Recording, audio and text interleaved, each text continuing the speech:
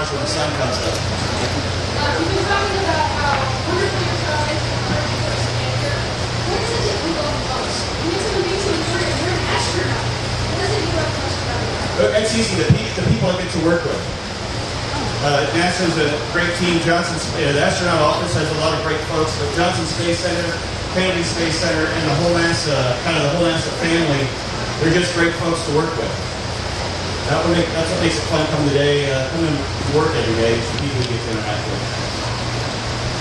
Ricky, I have a quick question for you. So, in a little while, hopefully this afternoon, we'll see the shuttle launch, and we'll see the vehicle going, but we don't really know the crew that well personally. Can you tell us something about the astronauts we're going to see flying today?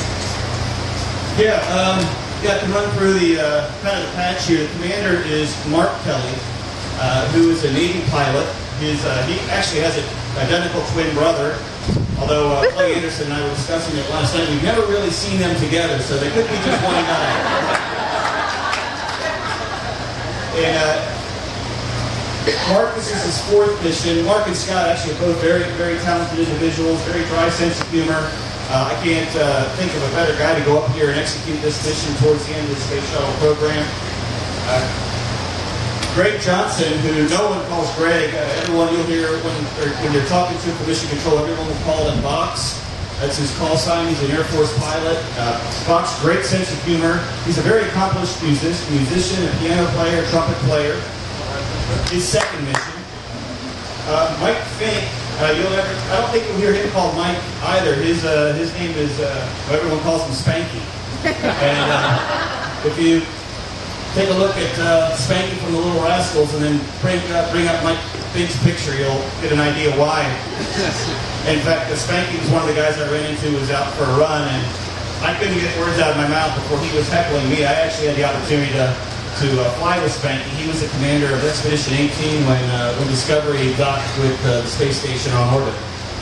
Great guy. Greg Shanatoff is also an experienced expedition crew member. He's a former flight controller, I believe. And Drew Foystel is a guy who was not too far away from me in my neighborhood, a geologist who worked in the petrochemical industry. And one of the most talented fix-it guys you'll ever meet. His garage is a workshop. He welds, he builds go-karts, and a perfect guy. He was sent up to do some repairs on Hubble. And I can't think of a more perfect guy to send up there, given his ability with tools. And Roberto Vittori, this is his first shuttle flight, I believe. He's actually been to the space station twice. Italian astronaut.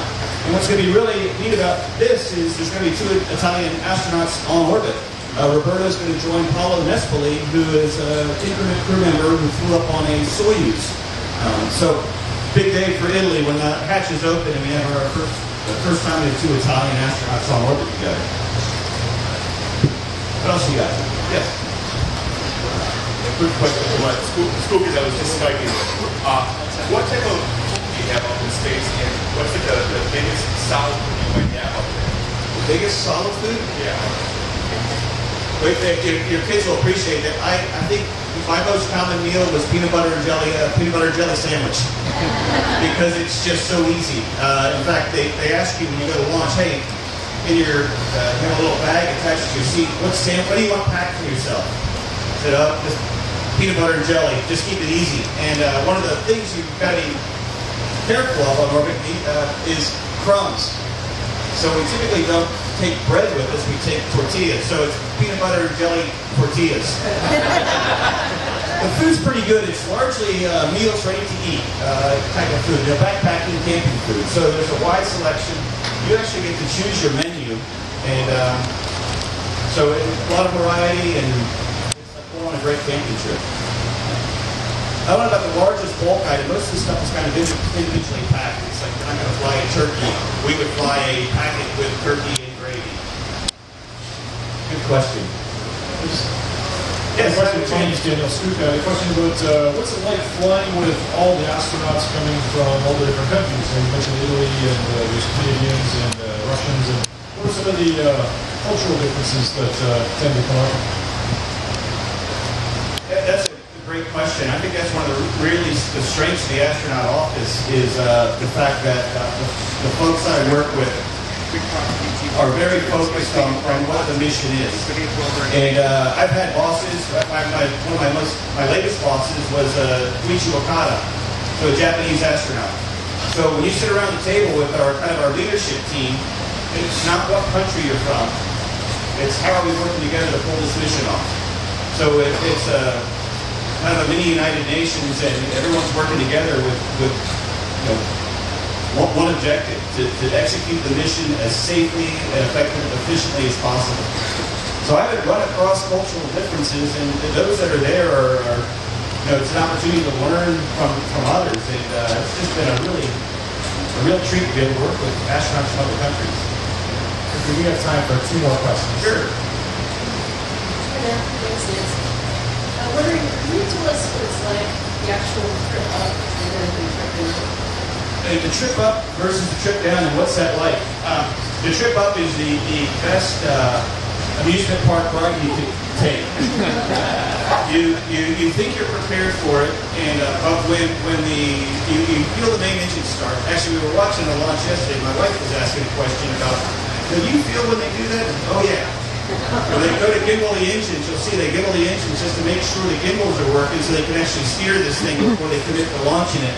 You feel that? Oh yeah, you feel the whole vehicle, it kind of has a feeling like it's alive. And when the main engine's light, okay, yeah, we can feel that too. You can definitely hear it. But it's when the solid rocket motor's light, and then you're committed to going. And that is just, I think Fox likened it to being just standing still and having a truck hit you from behind on a highway.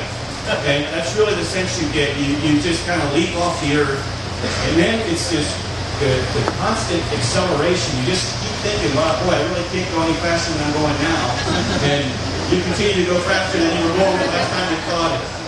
So it's a real thrill. And then when the solids come off, it gets very quiet. It's a much smoother ride, and you just continue to accelerate. You get the sense of weight on your chest because you're pulling about almost 3 times the force of Earth's gravity, and it's through your chest, so it gets hard to breathe. And then all of a sudden, the engine's cut off about 8.5 minutes in, and it's just quiet, and you're in space.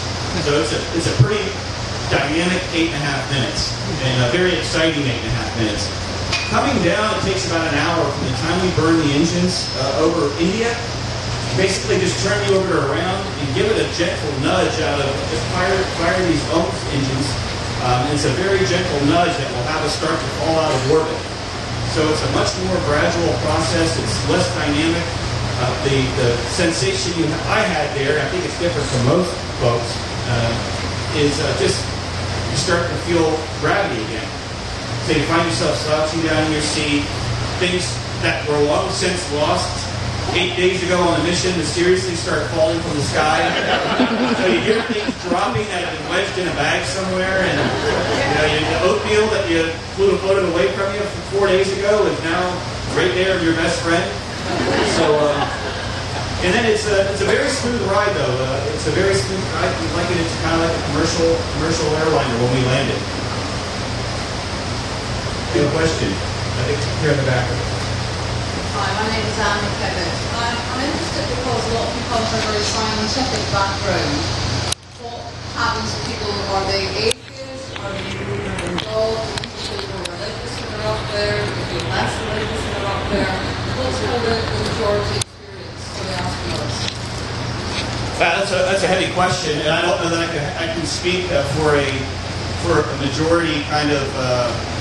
I don't know if I can summarize one opinion based on what folks have experienced. I mean, what I can share with you, my own experience was just being really. There was one specific point during my spacewalk when I had a minute to stop and think, and just be incredibly thankful for where I was. I think we'd all be better if we did that a lot more in our lives. Just to kind of take a moment and be thankful for what's surrounding you. But I remember that sensation very distinctly while I was on orbit. But summarizing,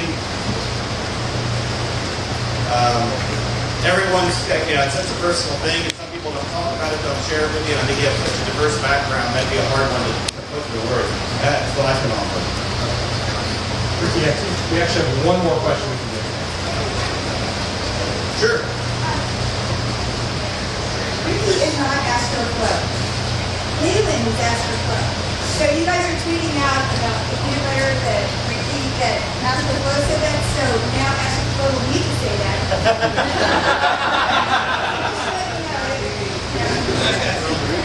Just let you know. Sadly, Ricky got into there. Yes. Yes.